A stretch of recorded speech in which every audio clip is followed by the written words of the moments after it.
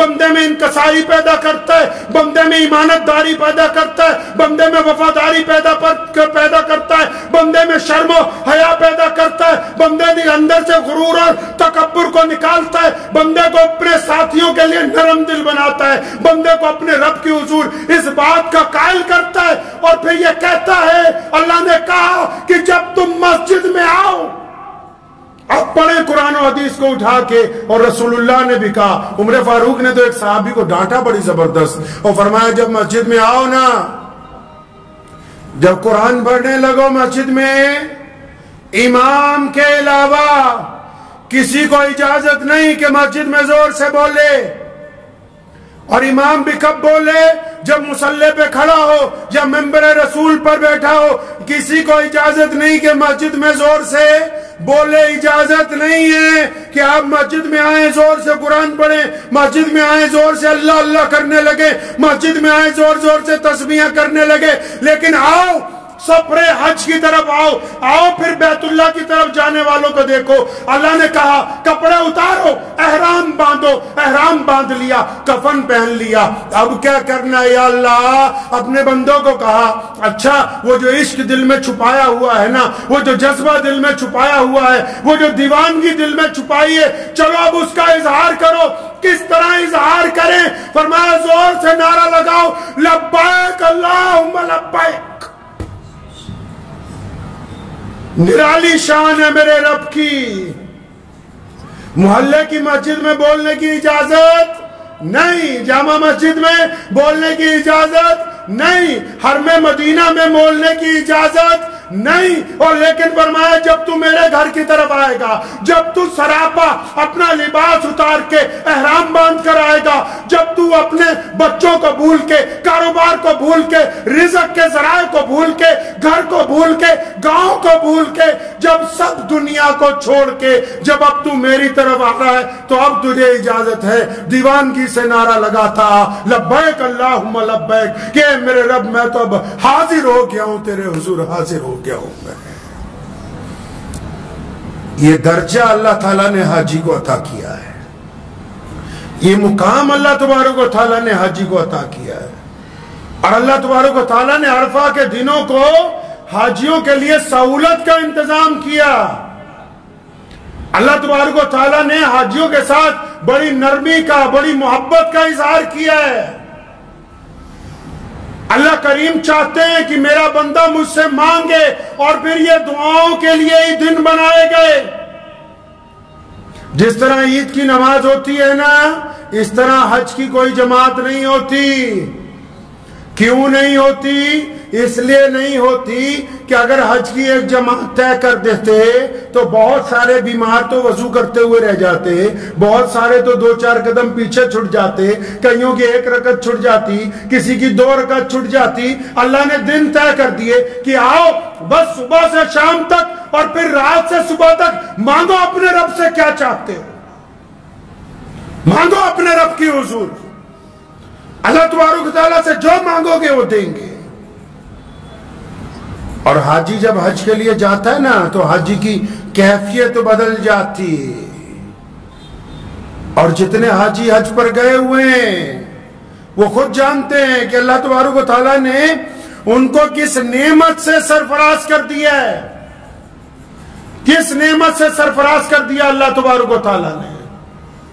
اور جو بندے پیسے ہونے کے باوجود سنیں، وہ لوگ بھی سن لیں، جو حج کرنے کے لیے ابھی تک گئے نہیں۔ کیوں نہیں گئے؟ بیٹی کی شادی کرنی ہے، بیٹی کی شادی کر دی، اب کیوں نہیں گئے؟ بیٹے کی شادی کرنی ہے، بیٹے کی شادی کر دی، اب کیوں نہیں گئے؟ دکان سیٹ کرنی تھی، دکان سیٹ کر دی، اب ساری ہڈیوں کا جب جوس نکل گیا، 70-80 سال کے ہو گئے، اب سوچتے ہیں کہ حج پر جائیں تو نمبر نہیں لگ رہا۔ جس کو اللہ نے اتنا مال دیا کہ اس کے پاس اپنا گھر ہے، اور اس کے بعد آج کے دور میں اگر صرف 10 لاکھ روپے اس کے کھاتے میں پڑے ہیں، سیدھا دیسی مسئلہ سمجھ لو، 10 لاکھ روپے کھاتے میں پڑے، سال گزر گیا پھر پڑے، اب یہ بہانے کرتا ہے کہ بیٹے کی شادی بیٹی کی شادی، حج اس پر فرض ہے۔ اور نبی علیہ السلام نے فرمایا، اللہ اکبر، فرمایا جس بندے پہ حج فرض ہو گیا اور اس نے جان بوجھ کر اس فرض کی ادائیگی نہیں کی، فرمایا اب چاہے مجوسی ہو کے مر جائے چاہے یہودی ہو کے مر جائے۔ اتنی سخت وعید ہے ان لوگوں کے لیے جن کے پاس حج کے پیسے ہیں، حج پر جاتے نہیں، جب موت آئے گی ایمان پر نہیں آئے گی، کہ کوئی معمولی بات نہیں ہے کہ اللہ تبارک و تعالیٰ نے ایک مسلمان کو وسعت دی ہو، جذبہ دیا ہو، پیسے آ گئے ہوں اتنے۔ اور یہ تو شوق کی بھی بات ہے، کئیوں کے پاس پیسے بھی بہت ہیں، دل نہیں کرتا۔ اصل میں پیسے کے ذرائع بھی درست ہونے چاہیے، اور کئیوں کے پاس پیسے بھی بڑے تھوڑے ہوتے ہیں، پھر بھی بڑی کوشش کرتے رہتے ہیں۔ غریب لوگ بھی حج کے لیے پہنچ جاتے ہیں، غریب بھی پہنچ جاتے ہیں، اور کئی ایسے ہیں قیامت والے دن ان کو کہا جائے گا کہ تمہارا حج ہو گیا، اللہ نے تمہیں بخش دیا، وہ کہیں گے یا اللہ ہم نے تو حج کیا نہیں، ہم نے تو حج ہی نہیں کیا، ہمارے پاس پیسے نہیں تھے۔ آواز آئے گی اچھا تمہیں یاد ہے نا جب حاجی حج کو جاتے تھے تم ہر بار تمنا کرتے تھے کہ ہم بھی حج کریں، اور تم اس بات کے لیے اپنے رب کے حضور روتے تھے، تمہاری آنکھوں سے آنسو بھی بار بار نکلتے تھے کہ کاش ہمارے پاس پیسے ہوتے تو ہم بھی حج کرتے۔ وہ تمہاری جو نیک نیت تھی اللہ نے اسی کو حج کا نعم البدل کر دیا، اللہ نے اسی کے اوپر حج کا ثواب عطا فرما دیا۔ تو یہ جو احرام باندھا ہے نا، یہ معمولی لباس نہیں پہن رکھا حاجیوں نے، یہ اسلام کی عظمت کی نشانی ہے، یہ اللہ اور اس کے رسول صلی اللہ علیہ وسلم کی محبت کی نشانی ہے، یہ پیارے نبی حضرت محمد رسول اللہ کی اطاعت اور فرما برداری کی نشانی ہے، یہ اس بات کا اعلان ہے کہ ہم اپنے رب سے راضی ہو کے آ گئے، اور اب ہمارا رب جیسے چاہے گا ہم ویسے زندگی گزاریں گے انشاءاللہ تعالی۔ اس احرام کی جو عزتیں ہیں، اور دیکھو رسول کریم کہو صلی اللہ علیہ وسلم، صلی اللہ ہاں، نبی علیہ السلام کی اگر آپ سیرت پڑھیں گے نا عش عش کر اٹھیں گے۔ حج ہوتا تھا نا، آپ کو پتا ہے سب سے پہلے حج کس نے کیا؟ سب سے پہلے حج کس نے کیا؟ نبی علیہ السلام کے دادا نبی کون؟ سیدنا ابراہیم علیہ السلام، جنہوں نے بیت اللہ کو دوبارہ بنایا۔ اللہ کے حکم سے پہلا طواف سیدنا ابراہیم علیہ السلام نے اس گھر کا کیا ہے، اور دعا کر دی تھی، کمال دیکھیں آپ کو جب اللہ لے جائے حج کرنے کہو آمین۔ اللہ تعالیٰ آپ سب کو اپنے نبی صلی اللہ علیہ وسلم کا روضہ دکھا دے۔ آپ جب جائیں گے نا مکہ اور مدینہ منورہ، خدا کی قسم کھا کے کہتا ہوں مکہ ایسی جگہ پر ہے، سنیں یہ بھی کشش کی بات ہے، مکہ ایسی جگہ پہ ہے جہاں کوئی پانی کی جھیل نہیں ہے، مکہ ایسی جگہ پر ہے جہاں سنگلاخ چٹانیں ہیں، مکہ ایسی جگہ پر ہے جو چاروں طرف ریت ہے، مکہ ایسی جگہ پہ ہے جہاں پر ہریالی نہیں اگتی، مکہ ایسی جگہ پر ہے جہاں چاروں طرف ہزاروں کلومیٹر تک بیابان جنگل ہیں اور سنگلاخ چٹانیں ہیں، چلتی ہوئی تیز ہوائیں ہیں، گرم ہوائیں اور تیز دھوپ ہے، اڑتا ہوا ریت ہے۔ دیکھو میرے رب کا کمال، اپنا گھر کہاں بنوایا؟ چاہتے تو کسی برف پوش علاقے میں نہ ہوتا، چاہتے تو کسی ٹھنڈی جگہ نہ ہوتا، چاہتے تو کسی سمندر کے کنارے نہ ہوتا، چاہتے تو کسی دریا کے درمیان میں نہ ہوتا، چاہتے تو کسی بہت خوبصورت ملک میں نہ بنایا جاتا،